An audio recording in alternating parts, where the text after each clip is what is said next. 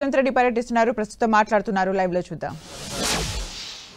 Education commission members, Osmania university teaching non teaching staff, విద్యార్థులందరికీ కూడా నా శుభాకాంక్షలు తెలియజేస్తున్నాను.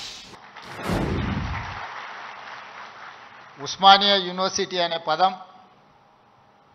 తెలంగాణ పదానికి ప్రత్యామ్నాయ పదం. తెలంగాణ అన్న, ఉస్మానియా యూనివర్సిటీ అన్న, ఈ రెండు అవిభక్త కవపుల లాంటివి. ఈ మాట నేను చాలా అథారిటీతో మాట్లాడుతున్నా. 1917లో ప్రారంభించబడ్డ ఉస్మానియా యూనివర్సిటీ, ఏ నిజాం సర్కార్ ఈ ఉస్మానియా యూనివర్సిటీని ప్రారంభించిండో 1935 వచ్చే సమయానికి నిజాం నవాబును పొగుడుతూ పాడడం కాదు, ఉస్మానియా యూనివర్సిటీ గడ్డ మీద నుంచి దేశ స్వతంత్రం కోసం పాడుతున్న వందే మాతరాన్ని పాడి వినిపించిన పివి నరసింహారావు గారు ఈ గడ్డ మీద నుంచే, ఈ ఉస్మానియా యూనివర్సిటీ నుంచే ధిక్కార స్వరాన్ని వినిపించిండు. 1938 సాయుధ రైతాంగ పోరాటానికి తండాలలో, గూడాలలో, మారుమూల పల్లెల్లో ఉన్న ఎర్రజెండా మోసినోళ్ళు ఎందరో మంది ఆనాడు ఉద్యమ బాట పట్టినప్పుడు కూడా ఈ ఉస్మానియా యూనివర్సిటీ అండగా నిలబడి ఆనాటి పోరాటాల మీద ఈ గడ్డ మీద చర్చ జరిగింది. ఆ అంశమే కాదు, ఈ ఉస్మానియా యూనివర్సిటీకి ఒక గొప్ప చరిత్ర ఉన్నది. జాతీయ స్థాయిలో హోంమంత్రిగా పనిచేసిన శివరాజ్ పాటిల్ నుంచి మొదలు పెడితే దేశ రాజకీయాలనే శాసించి ప్రపంచ దేశాలతో పోటీ పడగలిగిన ఆర్థిక బలోపేతమైన దేశంగా తీర్చిదిద్దిన పివి నరసింహారావు గారు ఈ ఉస్మానియా యూనివర్సిటీ విద్యార్థిని. వీరే కాదు, తొలి తెలంగాణ ఉద్యమానికి నాయకత్వం వహించిన ఆనాటి డాక్టర్ చెన్నారెడ్డి గారు, మల్లికార్జున్ గౌడ్ గారు, మదన్ మోహన్ లాంటి వాళ్ళు ఈ ఉస్మానియా యూనివర్సిటీని విద్యార్థులే అని ఈరోజు మనం గుర్తు చేసుకోవాలి. వారే కాదు, ఉస్మానియా యూనివర్సిటీ విద్యార్థి రాజకీయాలలో రాణించి ఉత్తమ పార్లమెంటేరియన్గా ఈ దేశానికి, దక్షిణ భారతదేశంలో మొట్టమొదటి ఉత్తమ పార్లమెంటేరియన్గా రాణించిన జైపాల్ రెడ్డి గారు ఈ ఉస్మానియా యూనివర్సిటీ బిడ్డని. వారి తర్వాతి తరంలో ఒక జార్జ్ రెడ్డి, ఒక గద్దరన్నను అందించిన గడ్డ ఈ ఉస్మానియా యూనివర్సిటీ. ఆ తర్వాత చాలామంది ఈరోజు ఇక్కడ ఉన్న తెలంగాణ ఉద్యమంలో క్రియాశీలక భాగస్వామ్యం తీసుకున్న ఎంతోమంది విద్యార్థుల నుంచి ప్రొఫెసర్లుగా నుంచి తెలంగాణ సాధనలో తమ వంతు కర్తవ్యాన్ని నెరవేర్చిన వాళ్ళు ఈ గడ్డ మీద నుంచి ఇక్కడ చదువుకున్న వాళ్ళే, ఇక్కడ సమస్యల మీద చర్చించిన వాళ్ళే. తెలంగాణ సమాజానికి సమస్య వచ్చినా, తెలంగాణ సమాజానికి సంక్షోభం వచ్చినా, తెలంగాణ నలుమూలలో ఏ సమస్య వచ్చినా మొట్టమొదట చర్చ జరిగేది, మొట్టమొదట ఉద్యమానికి పునాది పడేది ఈ ఉస్మానియా యూనివర్సిటీ నుంచే.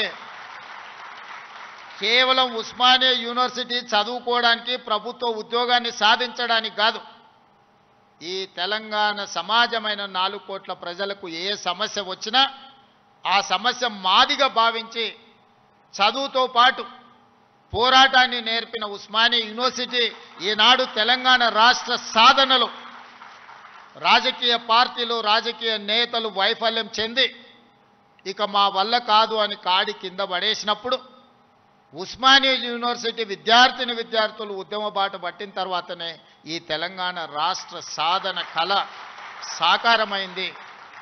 ఇక్కడున్న ప్రొఫెసర్ కోదండరామ్ గారు ఆనాడు పొలిటికల్ జేఏసీకి నాయకత్వం వహించి తెలంగాణ రాష్ట్ర కళను ఈరోజు మనం నిజం చేసుకున్నాం. ఆనాడు చాలామంది చాలా రకాలుగా ప్రయత్నాలు చేశారు. ప్రతి ప్రయత్నంలో ఒక రాజకీయ ప్రయోజనంతో కూడుకున్న నిగూఢమైన ఒక ప్రణాళిక, ఆలోచన ఉండడం వల్ల ఆ రాజకీయ నాయకుల యొక్క రాజకీయ ప్రయోజనం కోసం ప్రయత్నం చేస్తున్నప్పుడు వాళ్ళని సంపూర్ణంగా సమాజం విశ్వసించలేదు. అందుకే తెలంగాణ రాష్ట్ర సాధన వాదాయి పడుతున్న సందర్భంలో ఉస్మానియా యూనివర్సిటీ విద్యార్థులు మలిదశ తెలంగాణ ఉద్యమంలో శ్రీకాంతాచారి అమరుడై మన అందరికీ ఒక హితబోధ, ఒక జ్ఞానోదయం కలిగించి, శ్రీకాంతాచారు అమరుడు అవ్వడం వల్ల శ్రీకాంతాచారి కుటుంబానికి ఎలాంటి ప్రయోజనం లేదు. శ్రీకాంతాచారి బతికుంటే గొప్పోడు అయి ఉండేవాడు, వాళ్ళ తల్లిదండ్రులకు ఎంతో కొంత సహాయం అందించి ఉండేవాడు. కానీ పాలకుల యొక్క ఆలోచనను, రాజకీయ పార్టీల యొక్క విధానాన్ని ప్రజల మధ్యన నిరసన తెలపడానికి తన ఆత్మ బలిదానం ఒక ఉత్ప్రేరకంగా పనిచేస్తుంది అని చెప్పి శ్రీకాంతాచారి మలి తెలంగాణ ఉద్యమంలో మొట్టమొదటి అమరుడై ఈ ఉస్మానియా యూనివర్సిటీ నుంచే తెలంగాణ ఉద్యమానికి పునాదులు పడ్డాయి. ఓ యాదయ్య ఉస్మానియా యూనివర్సిటీ గేటు దగ్గర నిటారుగా నిలబడి పెట్రోల్ పోసుకొని తగలబెట్టుకొని అగ్గిపుల్ల గీరితే కాల్తేనే అమ్మా అనే మనము యాదయ్య జై తెలంగాణ అని చెప్పి తెలంగాణ రాష్ట్ర సాధనలో సమిదై ఈరోజు ఈ ఉస్మానియా యూనివర్సిటీలో ఒక ఈశాన్ రెడ్డి, ఒక వేణుగోపాల్ రెడ్డి ఈ ఉస్మానియా యూనివర్సిటీ నుంచే తెలంగాణ రాష్ట్రం సాధనలో సమిధలైన ఈరోజు చరిత్రలో మనం వాళ్ళని స్మరించుకోవాల్సిన అవసరం ఉన్నది. ఈ ఉస్మానియా యూనివర్సిటీ ఈ దేశానికి డాక్టర్లను, లాయర్లను, ఇంజనీర్లనే కాదు ఐఏఎస్లను, ఐపీఎస్లను అందించిన చరిత్ర ఈ ఉస్మానియా యూనివర్సిటీకి ఉంది. ఈ వేదిక మీద ఉన్న సిబి ఆనంద్ గారు 8991 ఈ ఉస్మానియా యూనివర్సిటీ విద్యార్థి 22 సంవత్సరాల వయసులోనే మొట్టమొదటి ప్రయత్నంలోనే ఐపీఎస్ సాధించిన యంగెస్ట్ ఐపీఎస్ ఆఫీసర్గా ఈరోజు డీజీపీ క్యాడర్లో హైదరాబాద్ కమిషనర్గా ఇక్కడి విద్యార్థి ఈ వేదిక మీద ఉన్నాడు అని అంటే ఈ ఉస్మానియా యూనివర్సిటీ ఎంత బలమైన పునాదులు వేసిందో తెలంగాణ నిర్మాణంలో ఈరోజు మనం గుర్తు చేసుకోవాలి. అందుకే మిత్రులారా, తెలంగాణలో ఏ సమస్య వచ్చినా, తెలంగాణ ప్రజలకు ఏ అవసరం వచ్చినా అండగా నిలబడే ఈ ఉస్మానియా యూనివర్సిటీ కళావిహీనమైపోయి వైస్ ఛాన్సలర్ల నియామకం జరగక, ప్రొఫెసర్లు రిటైర్ అయిపోతే ప్రమోషన్లు ఇవ్వక, అసోసియేట్ అసిస్టెంట్ ప్రొఫెసర్లను కాదు లెక్చరర్లను, నాన్ టీచింగ్ స్టాఫ్ను కూడా నియామకాలు చేయక కొద్ది కొద్దిగా క్యాన్సర్ లాగా ఈ ఉస్మానియా యూనివర్సిటీని నిర్వీర్యం చేసి తెలంగాణ సమాజానికి చైతన్యాన్ని అందించే ఈ ఉస్మానియా యూనివర్సిటీని కాల గర్భంలో కలిపేయాలని కుట్ర జరుగుతున్న సందర్భంలో ఖచ్చితంగా ఈ ఉస్మానియా యూనివర్సిటీ పూర్వ వైభవాన్ని మళ్ళీ ప్రారంభించాలి అనే ఒక గొప్ప ఆలోచనతోని నేను ముఖ్యమంత్రి అయిన మరుక్షణం ఉస్మానియా కాకతీయ యూనివర్సిటీలతో పాటు అంబేద్కర్ ఓపెన్ యూనివర్సిటీ నుంచి మొదలు పెడితే యూనివర్సిటీలను అన్నిటిని కూడా చదువుకే కాదు సామాజిక చైతన్యానికి వేదికలు కావాలి. ఈ యూనివర్సిటీల వైస్ ఛాన్సలర్కి ఒక సామాజిక స్పృహతో పాటు సామాజిక చైతన్యం ఉన్న వాళ్ళని నియమించాలి అని చెప్పి సామాజిక న్యాయాన్ని చేయడమే కాదు, చెప్పడమే కాదు, చేసి చూపించినాం. 108 సంవత్సరాల ఉస్మానియా యూనివర్సిటీ చరిత్రలో ఈ గడ్డ మీద ఒక్క దళితుడు కూడా వీసీ కాలేదు, వైస్ ఛాన్సలర్ కాలేకపోయింది. వాళ్ళ కుమార్ని, ఒక దళిత బిడ్డని ఈరోజు మనం ఉస్మానియా యూనివర్సిటీ వైస్ ఛాన్సలర్గా చేసినాం. దళితుడని చెయ్యలే, ఆయనలో ఉన్న నైపుణ్యాన్ని, చదువును గుర్తించి చదువుకున్నవాడు ఈ సమాజానికి ప్రయోజకుడవుతాడని చెప్పి ఈరోజు ఒక కుమార్ను వీసీగా నియమించడం జరిగింది. ప్రొఫెసర్ చక్రపాణి గారిని ఇవాళ వైస్ ఛాన్సలర్గా నియమించడమంటే తెలంగాణ ఉద్యమంలో పాల్గొనడమే కాదు, తెలంగాణ సమాజానికి ఏమి కావాలనో ఆలోచించగలిగిన శక్తి ఉంది కాబట్టే ఈరోజు వారిని కూడా మనం వైస్ ఛాన్సలర్గా నియమించుకున్నాం. ప్రొఫెసర్ పురుషోత్తంని విద్యా కమిషన్లో ఈరోజు నియమించడము అని అంటే వారు చదువుకున్నారు కాబట్టి.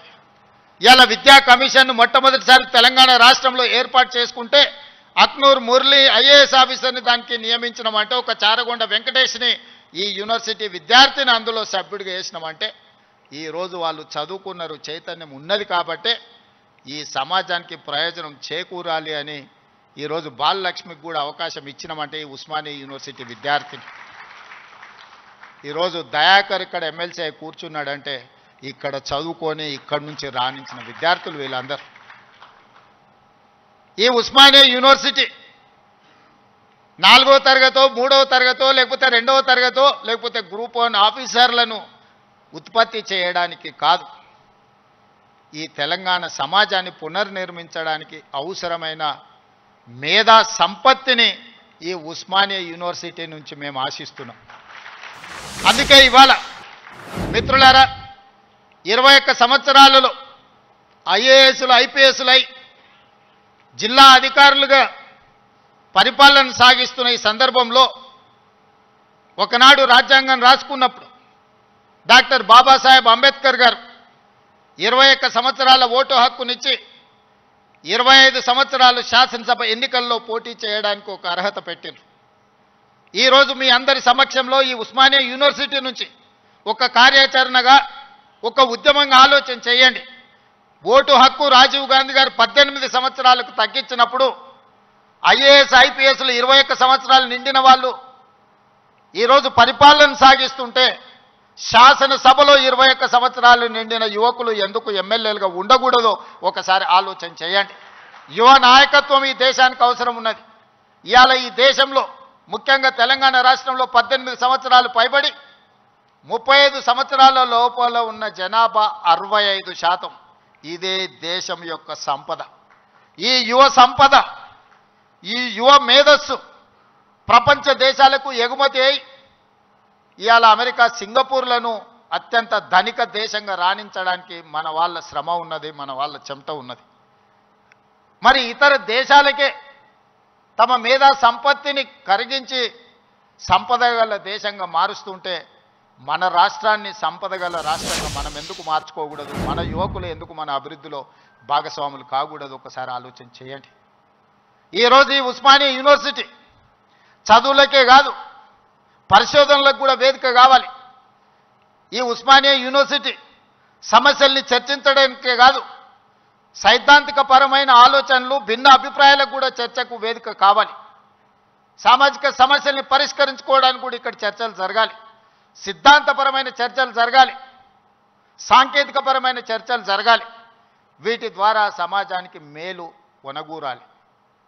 ఈరోజు మనకు నచ్చని సిద్ధాంతం ఉంటే చర్చించడానికి మనం సిద్ధంగా లేం. అసహనం పెరిగిపోయింది. నచ్చని సిద్ధాంతం ఉంటే చర్చించడం ద్వారా ఆ సిద్ధాంతంలో ఉన్న లోపాన్ని లేవనెత్తి చూపించడం ద్వారా వాళ్ళని ఒప్పించి చర్చల ద్వారా ఓడించి రాణించాలి. కానీ వాళ్ళని అణిచివేసో లేకపోతే వాళ్ళ మీద మన అధికారాన్ని ఆధిపత్యాన్ని ప్రదర్శించడం ద్వారా ఎక్కువ కాలం ఇది సాగదు. అందుకే ఈరోజు తెలంగాణ రాష్ట్రంలో రెండవ ముఖ్యమంత్రిగా నేను బాధ్యత చేపట్టిన తర్వాత పొట్టి శ్రీరాములు యూనివర్సిటీగా ఉన్న తెలుగు యూనివర్సిటీకి ఆనాడు పాత్రికేయ సంపాదకుడుగా మేధావిగా నిజాం రజాకర్ల నుంచి విముక్తి కలిగించిన పోరాటంలో పాల్గొన్న సురవరం ప్రతాప్ రెడ్డి గారి పేరును తెలుగు యూనివర్సిటీకి మనం పేరు పెట్టుకోవడం జరిగింది. మన స్ఫూర్తి ప్రదాతలు వాళ్ళు. IIHT Indian institute of handloom టెక్నాలజీకి కొండా లక్ష్మణ్ బాపూజీ గారి పేరు పెట్టుకున్నాం మనం. మహిళా యూనివర్సిటీ తెలంగాణలో ఉన్న ఏకైక మహిళా యూనివర్సిటీ. ఆ మహిళా యూనివర్సిటీకి ఆనాడు ఘడీలకు దొరలకు జమీందారులకు వ్యతిరేకంగా రజాకర్లకు వ్యతిరేకంగా నిటారుగా నిలబడి కొట్లాడిన చాకలి ఐలమ్మ పేరు వీరనారి చాకలి ఐలమ్మ యూనివర్సిటీగా ఈరోజు కోటి ఉమెన్స్ కాలేజీని ఒక యూనివర్సిటీగా తీర్చిదిద్ది పోరాటానికి స్ఫూర్తినిచ్చిన వీరనారి చాకలి ఐలమ్మ పేరు ఈరోజు మనం పెట్టుకోవడం జరిగింది. ఇవన్నీ ఎందుకు? ఇవన్నీ మనకి స్ఫూర్తిని నింపడానికి, మనలో పోరాట పటిమను పెంచడానికి. ఆనాడు తెలంగాణ యువత సమస్యల మీద పోరాటం చేసే చైతన్య పరులుగా ఉన్నారు. కానీ ఈనాడు ముఖ్యమంత్రిగా నాకు అందుతున్న సమాచారం తెలంగాణ ప్రాంతంలో జరుగుతున్న పరిణామాలు మానసిక వేదనకు గురి చేసే పరిస్థితి ఉన్నది. ఈరోజు పట్టణ ప్రాంతాలలో లేకపోతే యూనివర్సిటీలలో కాదు, చిన్న చిన్న కాలేజీల్లో, జూనియర్ కాలేజ్, డిగ్రీ కాలేజీల్లో కూడా విద్యార్థులు గంజాయి సేవించే పరిస్థితి వచ్చింది. ఇది తెలంగాణ సమాజాన్ని నిర్వీర్యం చేసే ప్రమాదం పొంచి ఉన్నది. ఇవాళ గంజాయి డ్రగ్స్ తెలంగాణ సమాజాన్ని యువతను పట్టి పీడిస్తున్నాయి. ఇవాళ సిద్ధాంతపరమైన పోరాటాలు లేకపోతే సామాజిక చైతన్యానికి సంబంధించిన ఉద్యమాలు లేకపోవడం వల్ల ఈరోజు ఈ విద్యార్థులు వ్యసనాల వైపు బానిసలు అవుతున్నారు. ఇది మనందరం ఇక్కడున్న మేధావులందరూ ఆలోచన చేయాలి, చర్చ చేయాలి. ఈ పరిస్థితుల్లో మనందరం ఒకనాడు తెలంగాణ సమాజంలో కావచ్చు, ఈ దేశంలో కావచ్చు, శ్రీమతి ఇందిరాగాంధీ గారు, పివి నరసింహారావు గారు తీసుకొచ్చిన agriculture ceiling act, urban ceiling act ద్వారా జాగీర్దారులు, జమీందారులు, భూస్వాముల దగ్గర ఉన్న వేలాది ఎకరాల భూములను, కొన్ని లక్షల ఎకరాల భూములను సేకరించి దళితులకు, గిరిజనులకు అసైన్మెంట్ పట్టాల పేరు మీద భూములు ఇచ్చారు. ఆనాడు గ్రామాలలో భూమి ఉండడం, ఆత్మగౌరవం, వ్యవసాయం చేయడం ఆ కుటుంబానికి గుర్తింపుగా ఉండి ఆనాడు ప్రభుత్వాలు ఇందిరమ్మ పేరు మీద అసైన్మెంట్ భూములను పేదలకు లక్షలాది ఎకరాలు పంచారు. ఆ తర్వాత పోడు భూముల పట్టాలు 25 లక్షల ఎకరాల అసైన్మెంట్ భూముల పట్టాలు దళితుల, గిరిజనులకు ఇస్తే 10 లక్షల ఎకరాల భూములు ఆదివాసీలకు పోడు భూముల పట్టాలిచ్చి ఈరోజు ఈ రాష్ట్రంలో దళితులు, గిరిజనులు భూ యజమానులుగా ఉన్నారు అని అంటే ఆనాడు తీసుకొచ్చిన అగ్రికల్చర్ సీలింగ్ యాక్ట్ అన్న సంగతి ఈరోజు మనందరికీ తెలుసు. ఈరోజు సొంత ఇంటి కళ. నేను ఖానాపూర్లో ఒక ఆదివాసీ బిడ్డకి ఎమ్మెల్యే టికెట్ ఇచ్చిన. అతనికి ఉన్న గొప్ప ఆస్తి ఏందంటే వాళ్ళ తండ్రికి ఇందిరమ్మ ఉన్నప్పుడు ఇచ్చిన ఇందిరమ్మ ఇల్లు. నేను అక్కడ నాగోబా జాతర దర్శించుకోవడానికి ఒక గిరిజన సాంప్రదాయానికి సంబంధించి గుడిని సందర్శించినప్పుడు చైతన్యం కలిగిన యువకుడుగా వాళ్ళందరినీ సమన్వయం చేస్తూ ఒక యువకుడు నాకు కనిపించింది. పిలిచి పేరు అడిగినా నాకు అర్థం కాలే. తర్వాత నా పక్కన వాళ్ళకి చెప్పిన, అబ్బాయి ఫోన్ నెంబర్ తీసుకొని, చదువుకున్నాడు, చైతన్యం ఉన్నది, ఫీల్డ్ ఎన్ఆర్ఈజీఎస్లో ఫీల్డ్ అసిస్టెంట్గా పనిచేస్తున్నాడు అని చెప్తే అతన్ని పికప్ చేసుకొని ఎమ్మెల్యే టికెట్ ఇస్తే ఈరోజు ఎడమ బోజు పేరు మీద శాసనసభలో ప్రాతినిధ్యం వహిస్తున్నాడు. దానికి కారణం చదువు, చైతన్యం. ఈరోజు లక్ష్మణ్ మంత్రి అయినా, కుమార్ వైస్ ఛాన్సలర్ అయినా, ప్రొఫెసర్ కాసిం గారు ప్రిన్సిపల్ గారైనా, ఈ యోగితా రాణా గారు వారి సామాజిక నేపథ్యం మీరు తెలుసుకోండి, వారు ఐఏఎస్ ఆఫీసర్ ఇక్కడ ఉన్న, ఇక్కడ చాలామంది రాణించిందంటే చదువు ఒక్కటే కారణం. ఇవాళ చదువును మనం నిర్లక్ష్యం చేసే పరిస్థితి లేదు. ఈరోజు నేను ఉన్న వాస్తవం మీ దగ్గర చెప్పదలుచుకున్నా.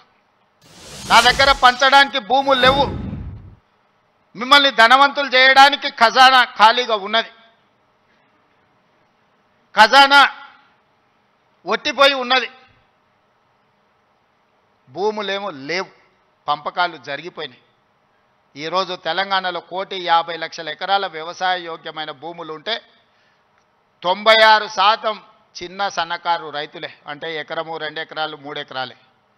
ఇప్పుడు అగ్రికల్చర్ సీలింగ్ యాక్ట్ తెచ్చినా నేను గుంజుకోవడానికి గజం కాదు కదా, ఇంచు భూమి కూడా లేదు. అందుకే మా దళితులకు, మా గిరిజనులకు, మా బలైన వర్గాలకు, మా మైనారిటీ సోదరులకు, మా తమ్ముళ్ళకు, మా చెల్లెళ్ళకు నా సూచన ఒక్కటే, మీరు ధనవంతులు కావాలి, మీరు గొప్ప వ్యక్తులు కావాలి అని అంటే రాష్ట్ర ప్రభుత్వం పంచడానికి భూములు లేవు, నింపడానికి ఖజానా లేదు. మీకు నేను ఇవ్వగలిగింది విద్య ఒక్కటే, నాణ్యమైన విద్యనే. మీ తలరాతలను మారుస్తుంది. మీ తలరాతలు మారాలంటే మీరు చదువుకోవాలి. చదువు ఒక్కటే పరిష్కారం. చదువు ఒక్కటే మిమ్మల్ని గుణవంతులు చేస్తుంది, ధనవంతులను చేస్తుంది, శ్రీమంతులు చేస్తుంది. ఈ తెలంగాణ సమాజంలో మిమ్మల్ని భాగస్వాములను చేస్తుంది. చదువుకునే వయసులో మీరు ఇతర వ్యాపకాలకు లోనైతే జీవితాంతం బాధతోని కుళ్ళి కృషించి చావాల్సిన పరిస్థితి వస్తుంది. అందుకే ఒక సామాజిక బాధ్యతగా ముఖ్యమంత్రి అయిన ఎంబడే వైస్ ఛాన్సలర్ను నియమించిన. వాళ్ళనే ఇంటర్నల్ ఒక సబ్ కమిటీ వైస్ ఛాన్సలర్తో వేసి మీ విద్యా ప్రమాణాలు పెంచుకోవాలంటే నేను చేయగలిగింది ఏందో మీరు చెప్పండి. నియామకాలతో పాటు ప్రొఫెసర్ల వయసు పెంచడంతో పాటు నిధుల కేటాయింపు వరకు మీకు ఏం కావాలన్నా మీకు పూర్తి స్వేచ్ఛనిస్తున్నా, మీరు ప్రణాళికలు సిద్ధం చేసుకోండి అని ఆదేశాలు ఇచ్చిన. ఇవాళ తెలంగాణ సమాజంలో సామాజిక న్యాయంతో వైస్ ఛాన్సలర్లు నియమించడం, చిన్న వివాదం లేకుండా, ఒక ఆరోపణ లేకుండా మొట్టమొదటిసారి తెలంగాణలో మనం వైస్ ఛాన్సలర్లను నియమించుకోగలిగింది. ఇవాళ పబ్లిక్ సర్వీస్ కమిషన్కి ఒక బలహీన వర్గాలకు సంబంధించిన బుర్రా వెంకటేశంని ఒక రెసిడెన్షియల్ స్కూల్లో, గవర్నమెంట్ హాస్టల్లో చదువుకున్న విద్యార్థి ఈరోజు పబ్లిక్ సర్వీస్ కమిషన్ చైర్మన్గా పనిచేస్తున్నాడు. వీళ్ళందరికీ ఒక చైతన్యం ఉంది, సామాజిక బాధ్యత ఉంది. కష్టాలు చూసి వచ్చారు. పేదరికం వాళ్ళ జీవితంలో ఒక భాగం. కొంతమందికి పేదరికం ఎక్స్కర్షన్. పేదరికం ఎట్లుంటుందో అంటే పట్టణం నుంచి పెద్ద బెంచ్ కార్ వేసుకొని పోయి చూసి పేదరికం ఓహో ఇట్లుంటుందా అని చూసి వచ్చే ఎక్స్కర్షన్ కొంతమంది పెద్దోళ్ళకు. కానీ ఆ పేదరికంలోనే పుట్టి ఆ పేదరికాన్ని అనుభవించి ఆ పేదరికంలో నుంచే అభివృద్ధి పదం వైపు నడిచిన వాళ్ళు ఈరోజు తెలంగాణ రాష్ట్రాన్ని నడుపుతుండ్రు. పేదరికం అంటే మాకు కొత్త కాదు, పేదరికం మాకు చుట్టం కాదు, పేదరికం మా జీవన విధానంలో ఒక భాగం. మేము ఆ పేదరికాన్ని చూసి వచ్చినాం. ఆ పేదరికాన్ని పారద్రోలడం మాకంటే ఎక్కువ ఎవరికి తెలియదు. ఎవరి మీద మనం ఆధారపడాల్సిన పని లేదు. అన్ని శక్తియుక్తులు, తెలివితేటలు, అధికారం నిర్ణయించే శక్తి మన దగ్గర ఉంది. మరి మీరు ఎందుకు దీన్ని ఉపయోగించుకోరని నేను అడుగుతున్నా. ఇవాళ నేను ఉస్మానియా యూనివర్సిటీ ఇక్కడికి రాని విద్యార్థులకు నేను సూచన చేయదలుచుకున్నా. మీకు వ్యతిరేకంగా నిర్ణయాలు చేసేటోళ్ళు, మీకు నష్టం కలిగించేటోళ్ళు, మిమ్మల్ని కష్టపెట్టినోళ్ళను మీరు వ్యతిరేకించండి, నిరసన తెలపండి. మీకోసం పనిచేయాలన్న ఆలోచనతోని మీ ఆలోచనలు తెలుసుకుందామని, మీ సమస్యల్ని చూద్దామని, మీ సమస్యల్ని పరిష్కరించాలని వస్తున్న వాళ్ళని మీరు వ్యతిరేకించడం ద్వారా ఈ అభివృద్ధిని అడ్డుకున్న వాళ్ళం అవుతామా, లేకపోతే అభివృద్ధిని ఇంకా ముందుకు తీసుకెళ్లిన వాళ్ళం అవుతామా, మీరు ఒకసారి ఆలోచన చేయండి. అందుకే ఈరోజు చాకలి ఐలమ్మ యూనివర్సిటీకి పేరు పెట్టడమే కాదు, 500 కోట్ల రూపాయలు ఇచ్చి అభివృద్ధి చేసి ప్రతి తెలంగాణ ఆడబిడ్డ చదువుకోవాలి, రాణించాలి అని చెప్పి వీరనారి చాకలి ఐలమ్మ యూనివర్సిటీకి 500 కోట్ల రూపాయలు నిధులు ఇచ్చి ఈరోజు ఒక అద్భుతమైన పోటీ పడగలిగే యూనివర్సిటీగా తీర్చిదిద్దుతున్నాం. మరి ఒక మహిళా యూనివర్సిటీకి 500 కోట్ల రూపాయలు ఇస్తే మా ప్రొఫెసర్ గారు, మా వైస్ ఛాన్సలర్ గారు 5 కోట్లు 10 కోట్లు అడుగుతున్నారా? అడగడానికి కూడా మా వాళ్ళకు పేదరికం ఉన్నది. ఎంత పేదరికం అంటే అడగడానికి కూడా 100 అడిగితే ఏమనుకుంటారో 100నా అని అనుకునే పరిస్థితిలో మా వైస్ ఛాన్సలరు, మా అడ్లూరు లక్ష్మణ్ అంటే వాళ్ళ పేదరికం వాళ్ళని పెద్ద నెంబర్ ఆలోచన చేయడానికి కూడా అడ్డుపడుతున్నది. అందుకే నేను యోగితా రాణా గారికి ఆదేశాలు ఇస్తున్నా. ఒక కమిటీ వేయండి, ఇంజనీర్స్ కమిటీ. టోటల్గా ఎడ్యుకేషన్ నుంచి, యూనివర్సిటీ నుంచి ఒక టీంని, రాష్ట్ర ప్రభుత్వం నుంచి, విద్యాశాఖ నుంచి, సాంకేతిక పరమైన ఇంజనీర్లతో పాటు ఎడ్యుకేషన్ సైడ్ నుంచి ఉండే వాళ్ళందరినీ ఒక కమిటీ, చిన్న కమిటీని కూర్చి ఉస్మానియా యూనివర్సిటీ 100% ప్రపంచంతో పోటీ పడగలిగే ఒక స్టాన్ఫర్డ్, ఒక ఆక్స్ఫర్డ్ యూనివర్సిటీ స్థాయిలో మనకేం తక్కువ 3 లక్షల కోట్ల రూపాయల బడ్జెట్ ఉంది. ఎవడో 1,00,000 కోట్లు కట్టింది, కూలింది, పోయింది. 1,00,000 కోట్లు గంగలో పోయింది, గోదావరిలో పోయింది. మీకోసం ఒక 1000 కోట్లు ఖర్చు పెట్టడానికి మాకేమన్నా దరిద్రం ఉందా? నేను స్పష్టంగా చెప్పదలుచుకున్నా. ఈ సంవత్సరం విద్యాశాఖ కోసము 40,000 కోట్లు ఖర్చు పెట్టిన 40,000 కోట్లు ఈ సంవత్సరం young India integrated residential schools 100 నియోజకవర్గాలలో 100 young India integrated residential schools, ఒక్కొక్క స్కూల్కి 25 ఎకరాల స్థలం, 200 కోట్లు, 20,000 కోట్ల రూపాయలు ఈరోజు యంగ్ ఇండియా ఇంటిగ్రేటెడ్ స్కూల్స్కి నేను సంతకం పెట్టి ఇచ్చిన. యంగ్ ఇండియా స్కిల్స్ యూనివర్సిటీకి 500 కోట్లు పెడుతున్నాం. యంగ్ ఇండియా స్పోర్ట్స్ యూనివర్సిటీకి ఈరోజు 100 కోట్లు పెడుతున్నాం. యంగ్ ఇండియా పులీస్ స్కూల్స్కి ఈరోజు మనం 100-200 కోట్లు ఖర్చు పెడుతున్నాం. నేను అడుగుతున్న మిత్రులారా, ఈ ఉస్మానియా యూనివర్సిటీకి ఏమి ఇచ్చినా తక్కువే, ఎంత ఇచ్చినా తక్కువే. ఇది చరిత్ర కాలగర్భంలో కలవద్దు. ఇది చరిత్రకు ఎప్పుడు నిటారుగా నిలబడ్డ సజీవ సాక్షిగా ఉండాలి ఉస్మానియా యూనివర్సిటీ. ఏం కావాలనో అడగండి, అడగకపోతే మీ పేదరికమే, అడగకపోతే మీదే పేదరికం. అది నా తప్పు కాదు, అది మీ తప్పు, మీ పేదరికం తప్పు. మీ ఆలోచనల్ని సవరించుకొని, అంచనాలను వేసుకొని ఏమేం కావాలనో చెప్పండి, అన్నిటిని ఇచ్చే బాధ్యత నాది. దీన్ని ఒక అద్భుతమైన యూనివర్సిటీగా, ఈ యూనివర్సిటీ లేకపోతే తెలంగాణకు చరిత్రనే లేదు. తెలంగాణ చరిత్రను నిక్షిప్తం చేసే యూనివర్సిటీ ఉస్మానియా యూనివర్సిటీ. తెలంగాణ పదానికే ప్రత్యామ్నాయం ఉస్మానియా యూనివర్సిటీ. అలాంటి తెలంగాణకు ప్రత్యామ్నాయమైన ఉస్మానియా యూనివర్సిటీ, సిద్ధాంతాలకు వేదికైన ఉస్మానియా యూనివర్సిటీ, ఓ గద్దరన్నను, ఓ జార్జి రెడ్డిని ఇచ్చిన ఉస్మానియా యూనివర్సిటీ, ఓ జైపాల్ రెడ్డిని, ఓ పివి నరసింహారావుని ఇచ్చిన ఉస్మానియా యూనివర్సిటీని తెలంగాణ రాష్ట్ర సాధనలో ముందు భాగాన నిలబడి తెలంగాణ సాధించిన ఉస్మానియా యూనివర్సిటీని ఇలా గాలికి వదిలేయడం బాధ్యతను ఒకసారి ఆలోచన చేయండి. అందుకే మిత్రులారా, ఏమైనా అంచనా వేసుకోండి, ఏమేం కావాలనో నాకు చెప్పండి. మళ్ళీ నేను వస్తా. ఠాగూర్ ఆడిటోరియం కాదు, ఠాగూర్ ఆడిటోరియం కాదు. మా వీసీ గారికి, మా పోలీస్ సిబ్బందికి చెప్తున్నా, ఆ ఎల్ల నేను వచ్చిన రోజు క్యాంపస్ లోపల ఒక్క పోలీసు కూడా పెట్టకండి. ఏ విద్యార్థులు ఏ నిరసన అయినా తెలపనియండి, నిరసన తెలిపే స్వేచ్ఛ కూడా వాళ్ళకి ఇద్దాం. ఆర్ట్స్ కాలేజ్ ముందు మీటింగ్ పెడతా, మీకు కావలసిన 100 కోట్ల నిధులు ఇస్తా.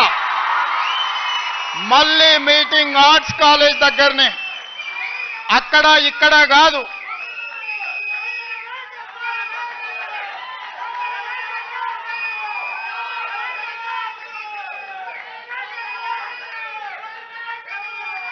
ఆర్ట్స్ కాలేజ్కి వచ్చిన రోజు డీజీపీ గారికి, సిటీ కమిషనర్ గారికి నేను ఆదేశాలు ఇస్తున్నా, ఒక్క పోలీస్ కూడా క్యాంపస్ లోపల ఉండొద్దు, నేను వస్తా. ఎవరు వీళ్ళు? మా తమ్ముళ్ళు, మా చెల్లెళ్ళు తండాలలో, గూడాలలో, మారుమూల పల్లెల్లో పేదరికం రుచి చూసి అభివృద్ధి జరగాలి, డాక్టర్లు, లాయర్లు, ఇంజనీర్లు కావాలి, ఐఏఎస్లు, ఐపీఎస్లు, ఐఎఫ్ఎస్లు అయి ఈ దేశ నిర్మాణంలో భాగస్వాములు కావాలని ఇక్కడికి వచ్చిన వాళ్ళను ఆనాడు ఉన్నాయన గొర్రెలు, బర్రెలు, చేపలు పెంచుకోండి అంటే ఈరోజు డాక్టర్లు, లాయర్లు, ఇంజనీర్లు కాండి, ఐఏఎస్లు, ఐపీఎస్లు కాండి అని నేనంటున్నా. నేను రావద్దా? ఎందుకు రావద్దు? గొర్రెలు, బర్రెలు, చేపలు పెంచుకునేటోనికి నేను రావద్దని కోరిక ఉండొచ్చు, కానీ డాక్టర్లు, లాయర్లు, ఇంజనీర్లు, ఐఏఎస్లు, ఐపీఎస్లు అయ్యే విద్యార్థులకు నేను రావద్దని నన్ను అడ్డుకోవాలన్న ఆలోచన ఎందుకు ఉంటుంది? ఒకవేళ అడ్డుకుంటే వాళ్ళు వేసే యక్ష ప్రశ్నలకు సమాధానం చెప్పే చిత్తశుద్ధి నాకుంది. తెలివి ఉందా లేదా పక్కన పెడితే నాకు చిత్తశుద్ధి ఉంది. నా చిత్తశుద్ధిని ఎవరు ప్రశ్నించలేరు, ఎవరు శంకించలేరు. అందుకే మీరు అంచనాలు పెంచండి, అంచనాలు వేయండి, అన్ని వివరాలు సేకరించండి. డిసెంబర్ మాసం మనకు అత్యంత కీలకమైన మాసం. Miracle month is December. క్రిస్మస్ని మిరకల్ మంత్ అంటారు, అద్భుతాలు జరిగే నెల అంటారు. డిసెంబర్ 9, 2009కి చరిత్ర పుటలలో ఒక గొప్ప పేజీ ఉన్నది. మొట్టమొదటి తెలంగాణ రాష్ట్ర ప్రకటన డిసెంబర్ 9, 2009 నాడు జరిగింది. అందుకే డిసెంబర్ నెల అంటే నాకు అత్యంత ఇష్టం. మళ్ళీ డిసెంబర్లో ఆర్ట్స్ కాలేజ్ దగ్గర మీటింగ్ పెట్టండి, నేను వస్తా. మీకేం కావాలనో అక్కడికక్కడ అన్ని మంజూరు చేసి జీవో ఇచ్చిపోతా. మొత్తం లెక్క పెట్టండి, ఏం పనులు కావాలో నాకు చెప్పండి. అన్ని రిక్రూట్మెంట్స్తో సహా మీరు ప్రణాళికలు చేసుకోవాల్సింది. నేను మంజూరు చేసేదే నా బాధ్యత.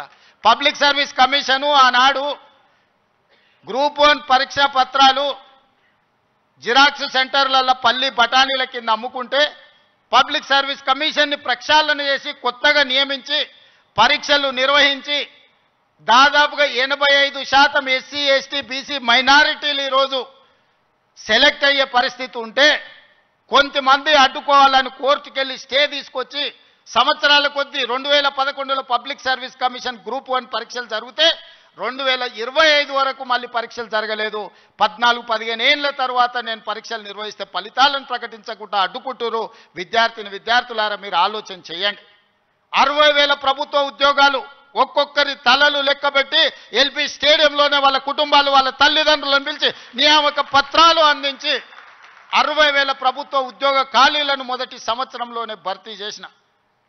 విద్యను పెంచాలి, విద్యను పంచాలి అని 11,000 మంది టీచర్లను 55 రోజుల్లో నోటిఫికేషన్ ఇవ్వడమే కాదు, రిక్రూట్ చేసి నియామక పత్రాలు అందించిన తెలంగాణ రాష్ట్రంలో కొన్ని కారణాల వల్ల ఎస్సీ కేటగరైజేషన్, ఇతర అంశాల వల్ల రిక్రూట్మెంట్ను వాయిదా పెట్టినా ఈరోజు ఆ సమస్యను పరిష్కరించుకొని దాదాపు ఇంకో 40,000 ఉద్యోగాలను రాబోయే 6 నెలల నియామకాలు చేపట్టి 2.5 సంవత్సరాలు పూర్తి చేసుకునే లోపల 1,00,000 ఉద్యోగాలు భర్తీ చేయాలి ప్రభుత్వంలో అని ప్రయత్నం చేస్తున్నా. ఇతర దేశాలు, ఇతర రాష్ట్రాలు పర్యటించి పెట్టుబడులు తెచ్చి ప్రైవేట్లో దాదాపుగా 20 నెలల్లో 1,50,000 ఉద్యోగాలు ఈరోజు ప్రైవేటు రంగంలో మనం కల్పించినాం. ఈరోజు తెలంగాణ రాష్ట్రము అభివృద్ధి చెందిన రాష్ట్రంగా ఈరోజు వేగంగా ప్రయాణం చేస్తుంది. Self collection of revenue law and order, policing ప్రతిదీ దేశంలోనే నెంబర్ 1 రాష్ట్రంగా ఈరోజు కేంద్ర ప్రభుత్వం గుర్తించింది. నేను చెప్పట్లేదు, కేంద్ర ప్రభుత్వం నివేదికలు చెప్తున్నాయి. శాంతి భద్రతలను కాపాడడం నుంచి మొదలు పెడితే ఈరోజు నిత్యావసర వస్తువుల ధరలను నియంత్రించడంలో, ఇన్ఫ్లేషన్లో కూడా Telangana is lowest inflation state in the country. 1.5. బయట రాష్ట్రాలకి జాతీయ స్థాయిలో 8% ఇన్ఫ్లేషన్ ఉంటే, ఇతర రాష్ట్రాల 6-7% ఉంటే, నిత్యావసర వస్తువులను నియంత్రించే 1.5% ఇన్ఫ్లేషన్ ఉన్న రాష్ట్రంగా తెలంగాణ మొట్టమొదటి స్థానాన్ని ఆక్రమించింది. ఎన్నడైనా ఆలోచన చేసిండ్రా? సన్న బియ్యం ప్రతి పేదవాడికి 3,10,00,000 మందికి ఈరోజు సన్న బియ్యం తింటున్నారంటే, 60 రూపాయల కేజీ ఉన్న సన్న బియ్యం ఇవాళ 45 రూపాయలకే మార్కెట్లో దొరుకుతున్నాయంటే 3,10,00,000 మందికి ఈరోజు రాష్ట్ర ప్రభుత్వం సన్న బియ్యం ఇవ్వడం. రేషన్ కార్డు అడగాలంటే అదో అమెరికా వీసా లాగా ఉండే ఒకనాడు. ఇవాళ ప్రతి పేదవాడికి రేషన్ కార్డు ఇచ్చి ఇంటింటికి వెళ్ళి నీకు రేషన్ కార్డు కావాలన్నా తీసుకో అని చెప్పి ఈరోజు ఇస్తున్న ప్రభుత్వం మనది కాదా? ఈ ప్రభుత్వం ఉన్నదే మీకోసం. వీటిని అమలు చెయ్యాలి అంటే నియమ నిబంధనల ప్రకారం మనం పనిచేయాలి. ఉద్యోగ నియామకాలు ఇవ్వాలి అంటే నేను నోటిఫికేషన్ ఇవ్వాలి. ప్రభుత్వ శాఖలలో ఖాళీలను తెచ్చుకోవాలి, రేషనలైజేషన్ చేయాలి, ఎక్కడెక్కడ ఖాళీలు ఉన్నాయో గుర్తించాలి. ఆ ఖాళీలను పబ్లిక్ సర్వీస్ కమిషన్కో, పోలీస్ కమిషన్కో, లేకపోతే మెడికల్ అండ్ హెల్త్ డిపార్ట్మెంట్ ద్వారానో ఈరోజు నియామకాలు చేపట్టడానికి ఒక ప్రాసెస్ ఉంది. ఆ ప్రాసెస్ ప్రకారం మనం ఈరోజు చేసుకుంటున్నాం. ఒకనాడు నోటిఫికేషన్ల కోసం మీరు ధర్నాలు, నిరసనలు చేసేది. నేను మీద నోటిఫికేషన్లు ఇస్తే అశోక్ నగర్ చౌరస్తాలు, అమీర్పేట చౌరస్తాలు రోజు నిరసనలు. ఇన్ని నోటిఫికేషన్లు మాకు వద్దని మొట్టమొదటిసారి తెలంగాణ రాష్ట్రంలో నోటిఫికేషన్లు తగ్గించడం ఉద్యమం జరిగింది. అందుకే మిత్రులారా, మీకు అనుమానాలు ఉంటే నివృత్తి చేస్తా. కొన్ని రాజకీయ పార్టీలకు కొంతమందికి అధికారం పోయినా కడుపుమంట ఉంటుంది, బాధ ఉంటుంది, దుఃఖం ఉంటుంది, ఆవేదన ఉంటుంది. కొడుకులను ఏమేమో చేద్దాం అనుకుంటే ఎందుకు కాకుండా పోతురని తండ్రికి ఆవేదన ఉంటుంది. ఆవేదనతో ఆరోగ్యం కూడా దెబ్బతింటుంది. మీరు వాళ్ళ ఉచ్చులో పడితే ఎట్లా? నేనెవరినే? మీరందరు కలిసి చేస్తేనే ముఖ్యమంత్రి అయినా కదా. నేను ఆకాశం నుంచి ఊడిపడ్డానా? అమెరికా నుంచి వచ్చినా? ఏం నుంచి వచ్చినా? నల్లమల్ల అడవుల నుంచి, కొండారెడ్డిపల్లి నుంచి వచ్చిన గా ప్రొఫెసర్ కాసింది మాది పక్క ఊరే. మీ ఊరు నుంచి, మీ దగ్గర నుంచి గవర్నమెంట్ స్కూల్లో చదివి మీతో పాటు 20 ఏళ్ళు ఉండి జడ్పీటీసీగా, ఎమ్మెల్సీగా, ఎమ్మెల్యేగా, ఎంపీగా 20 సంవత్సరాలు మీతో పాటు ఉండి, మీతో పాటు పెరిగి, మీతో పాటు మీరు ఆశీర్వదిస్తేనే ఈరోజు తెలంగాణ రాష్ట్రానికి ముఖ్యమంత్రి అయినా. చదువుకోవడానికి గుంటూరు పోలేదు, లేకపోతే పూనా పోలేదు, లేకపోతే అమెరికా పోలే. నేను చదివింది ఇక్కడనే, పెరిగింది ఇక్కడనే, ఎన్నికైంది ఇక్కడనే. మా తాతలు ముత్తాతలు ఎవరు పెద్ద పెద్ద పదవులలో లేరు. మా నాయన పేరు చెప్పి నేను ఇక్కడికి రాలేదు. కష్టపడి మీరు ఆశీర్వదిస్తే ఇక్కడికి వచ్చిన.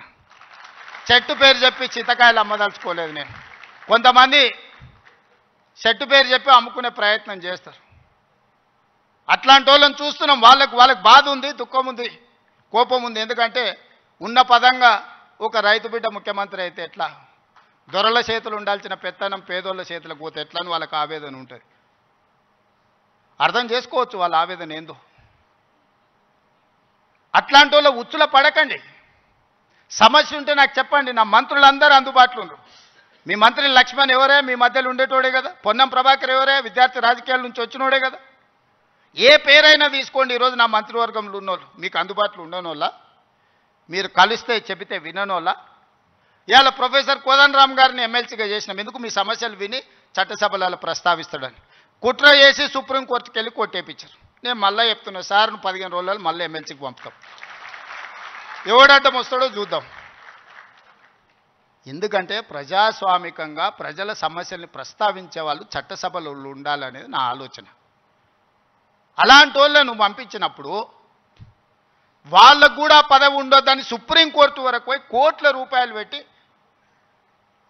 పెద్ద పెద్ద న్యాయవాదులను తీసుకొచ్చి ప్రొఫెసర్ కోదండరామ్ సార్ని ఎమ్మెల్సీగా తొలగించారు.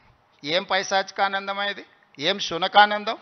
సార్ ఒక్కడు ప్రొఫెసర్గా ఉంటే తప్ప, ప్రొఫెసర్ గారు ఎమ్మెల్సీగా ఉంటే తప్ప? మీ ఇంటిల్లి పాది మంత్రులు ఉండొచ్చు, ముఖ్యమంత్రి ఉండొచ్చు, ఎమ్మెల్సీలు ఉండొచ్చు, ఎంపీలు ఉండొచ్చు, అన్నీ మీ కుటుంబం ఉండొచ్చు. కానీ పొలిటికల్ చేసి చైర్పర్సన్గా పనిచేసిన కోదండరామ్ గారు ఒక ఎమ్మెల్సీ ఉంటే మీ దుఃఖమేందని అడుగుతున్నా. నా మీద తీటు ఉందంటే నేను అర్థం చేసుకుంటా. ఆ సార్ ఏందే పాపం ఇంటి తలుపులు వలగొట్టినా ఏమనలే సారు, నేనైతే చెంపలు వలగొడుతుంటే. ఆయనను కూడా ఉండొద్దు ఎమ్మెల్సీ గాని అంటే ఎట్లాంటి ఆలోచనలతో ఉన్నారో ఒకసారి ఆలోచన చేయండి. నేను కాకుండా ఇంకెవరైనా ఉంటే కుమార్ గారు వైస్ ఛాన్సలర్ అవుతుండేనా? మీరు చెప్పండి, మీరు ఆలోచన చేయండి. జానయ్య గారు అక్కడ అవుతుండేనా వైస్ ఛాన్సలరు? ఈ సామాజిక చైతన్యం ఆనాడు దయాకర్ ఉద్యమంలో యాక్టివ్గా ఉన్నాడు కదా, 10-12 ఏళ్ళు పాపం ఏది రాకుండా అందరు అడ్డం పడ్డారు కదా. ఇవాళ ఎమ్మెల్సీ అయ్యింది కదా దయాకర్ కూడా. ఇవన్నీ ఎందుకు అవుతున్నాయి? బాలలక్ష్మి మీ బిడ్డనే కదా, మీ యూనివర్సిటీలో పెరిగిన అమ్మాయే కదా. ఈరోజు ఈ రాష్ట్ర ప్రభుత్వాన్ని నడిపే దాంట్లో భాగస్వామి అయింది కదా. నేను మీకు విజ్ఞప్తి చేసేది ఒకటే, అపోహలకు లోన్ కాకండి. అబద్ధాల సంఘాలు ఉంటాయి, దానికి అధ్యక్షులు ఉంటారు, తండ్రి కొడుకులు. ఆ అబద్ధాల సంఘం చెప్పే అబద్ధాలను మీరు నమ్మకండి. ఈ అబద్ధాల సంఘము ఊరంతా వాట్సాప్ అని, సోషల్ మీడియా అని, ఆ మీడియా అని అడ్డగోలుగా సంపాదించింది ఖర్చు పెట్టి అబద్ధాలన్నిటిని కూడా అందులో పెట్టి ఈ మనం పిల్లలందరూ కష్టపడి సాంకేతిక నైపుణ్యంతో ఏఐ తెస్తే ఏఐ పెట్టి సెంట్రల్ యూనివర్సిటీ దగ్గర ఏనుగులు సింహాలు ఉన్నాయి, వాటిని మేము చంపుతున్నామని పెట్టారు. తెలంగాణలో ఏనుగులు అనేటివే లేవయా, సింహాలు అనేటివే లేవు. మానవ రూపంలో ఉన్న మృగాలు ఉన్నాయి, అవి ఫామ్ హౌజ్లలో ఉన్నాయి. వాటిని నిర్బంధించడానికి వలలేయండి. మదర్ ట్రైన్లను బంధించడానికి గోతులు దవ్వండి. లేని ఏనుగులను, లేని సింహాలను సెంట్రల్ యూనివర్సిటీలో ఉన్నాయి, వాటిని నేను చంపేస్తున్నా అని చెప్పి సోషల్ మీడియాలో ఆర్టిఫిషియల్ ఇంటెలిజెన్స్ను ఉపయోగించి అతి తెలివితేటలన్నీ ప్రదర్శించి అడ్డుకున్నారు. ఎంతకాలం అడ్డుకుంటారు? ఏది ఇష్టం లేదు వాళ్ళకు. ఏదన్నా మనం వచ్చినాక చేస్తా అన్నది ఏదన్నా ఇది మంచిగా ఉంది, ఇది బాగుంది అన్నారా? గంజాయి డ్రగ్స్ను నిర్మూలించడానికి ఈగల్ ఫోర్స్ అని తెచ్చినాం, అది ఎందుకయ్యా రద్దు చేయండి అన్నారు. చెరువుల పేరు మీద, ఫామ్ హౌజ్ల పేర్ల మీద చెరువులు ఆక్రమించుకొని గండిపేట, ఉస్మాన్ సాగర్, హిమాయత్ సాగర్లను ఆక్రమించుకొని పెద్ద పెద్ద ఫామ్ హౌజులు కట్టుకుంటే కూలగొట్టడానికి హైడ్రా తెచ్చిన. లేదు హైడ్రాని కూలగొట్టండి అంటారు. మన వరదలు వచ్చినప్పుడు సామాన్యులు చెప్తారు, సార్ మా ఇళ్ళకి నీళ్ళు వచ్చినాయి, మా టీవీలు, ఫ్రిడ్జులు, మంచాలు, మా ఆస్తి అంతా తడిచిపోయింది, ఏం చేయాలి సార్ అని. సన్న బియ్యం ఇస్తే ఇచ్చేదే లేదండి, రేషన్ కార్డు ఇస్తే వద్దండి. ఏది చేసినా వద్దంటురు. ఈ వద్దనేటోళ్ళని ఏమనాలో మీరే చెప్పుర్రి. ఏదన్నా ఒక్కటన్నా అభినందించినా 20 నెలల్లో అన్ని ఇచ్చిపెట్టుండ్రి. వైస్ ఛాన్సలర్ నియమించిన మంచి పనే కదా, రిక్రూట్మెంట్ ఇవ్వమని అనుమతించిన మంచి పనే కదా. గలీజ్ అలవాట్లు ఉన్న గంజాయి డ్రగ్స్ను రద్దు చేయాలి, ఈపులు ఇరగొట్టాడని చెప్పిన అది అయితే మంచి పనే కదా. ఇవి కూడా అభినందించకుండా నన్ను తిడుతున్నారంటే వాళ్ళ ఉద్దేశం ఏంది, వాళ్ళ దుఃఖం ఏంది? మీకు వాళ్ళతో ఉన్న లాలుచేంది, గంజాయి అమ్మేటోళ్ళతోని, డ్రగ్స్ అమ్మేటోళ్ళతోని. దీపావళి పండుగ కంటే దావత్ చేసుకున్నాడంటే బామర్ది, మేము దీపావళి పండుగకు చిచ్చుబుట్లు కాల్చుకుంటే వాళ్ళు సారా బుట్లు పెట్టుకొని దావత్ చేసుకుని అందులో పట్టుకుంటే డ్రగ్స్ తీసుకున్నాడు దొరికిండు. అట్లెట్లా పట్టుకుంటారు అంటాడు. అంటే డ్రగ్స్ తీసుకుంటే పట్టుకోవద్దా? మీరే చెప్పురే. వద్దు అని అంటే వదిలిపెడదాం. మరి మీరు అందరు కలిసి తీర్మానం చేస్తే గంజాయి డ్రగ్స్ తీసుకోవచ్చు, మనం ఏమనొద్దు. తెలంగాణ రాష్ట్రంలో వాళ్ళు చెప్పినట్టు మరి అట్లాంటి రాజ్యాంగం ఏదైనా ఉంటే నాకు చూపిరు. ఇట్లాంటి వాళ్ళు తెలంగాణ సమాజానికి పట్టిన చెదలు. ఆ చెదల్ని మనం ఒకసారి గుర్తించడం కొంచెం ఆలస్యం అవుతుంది. ఎందుకంటే మన ఇళ్ళల్లో మనం వుడ్ వర్క్ చేసుకున్నప్పుడు ఇట్లనే కనిపిస్తుంది, లాస్ట్కి ఇట్లా చూస్తే మొత్తం డొల్లయిగా అనిపిస్తుంది. తెలంగాణ సమాజానికి కూడా వాళ్ళు ముసిగేసుకున్న చెదల్లాంటి వాళ్ళు. వాళ్ళు ఈ తెలంగాణ సమాజం బాగు కోరుకోరు. ఉస్మానియా యూనివర్సిటీని బతకనియరు. మళ్ళీ వచ్చిండ్రంటే ఆలోచనలకు కూడా వచ్చినా ఈ ఉస్మానియా యూనివర్సిటీని ఉంచరు. లేఅవుట్లు వేసి ప్లాట్లు అమ్ముకుంటారు తప్పితే ఈ ఉస్మానియా యూనివర్సిటీని ఉంచరు. ఎందుకంటే చదువుకోవద్దు. వాళ్ళ ఏకైక కుట్ర ఒక్కటే, గొల్లోళ్ళు గొర్రెలు పెంచుకోవాలి, మాదిగోళ్ళు చెప్పులు కుట్టుకోవాలి, గౌన్లోళ్ళు ఈదులు గీసుకోవాలి, ముదిరాజులు చేపలు పట్టుకోవాలి, వాళ్ళు మాత్రం దొరలు మాత్రం రాజ్యాలు ఏలుకోవాలి. గింతనే సింపుల్ ఫిలాసఫీ వాళ్ళది. నాది దానికి విరుద్ధం. మా పిల్లలు, మా తమ్ముళ్ళు, మా చెల్లెళ్ళు డాక్టర్లు, లాయర్లు, ఇంజనీర్లు కావాలి. ఈ తెలంగాణ సమాజం అభివృద్ధి చెందిన రాష్ట్రంగా 2034కు $1 ట్రిలియన్ ఎకానమీ, 2047కు $3 ట్రిలియన్ ఎకానమీ కావాలి అని అంటే మీరందరూ అభివృద్ధి సాధించాలి, చదువుకోవాలి. చదువు ఒక్కటే మీ తలరాతను మారుస్తుంది. ఈ చదువు ఒక్కటే మిమ్మల్ని సమాజంలో గుర్తింపు గౌరవాన్ని ఇస్తుంది. ఆ చదువుకు ఏం కావాలన్నా చేసే బాధ్యత నాది. మీ సోదరుడిగా మీ వాడిగా నేను మాటిస్తున్నా. ఏం కావాలనో అడగండి, అన్నిది ఇచ్చే బాధ్యత నాది. ఇంకో దగ్గర అయితే అవసరమైతే ఆపుతా. ఇంకెక్కడన్నా అడ్జస్ట్మెంట్ ఉంటే అక్కడనో ఇక్కడనో ఇంకేదాన్ని ఉంటే నల్లా బంద్ చేసి అయినా కాలు ఇక్కడ మలుపుతా. మీరేం ఫికర్ పెట్టుకోకరి, నేనున్నా. మీరు కావాల్సింది చేసుకోండి. ధన్యవాదాలు మిత్రులారా.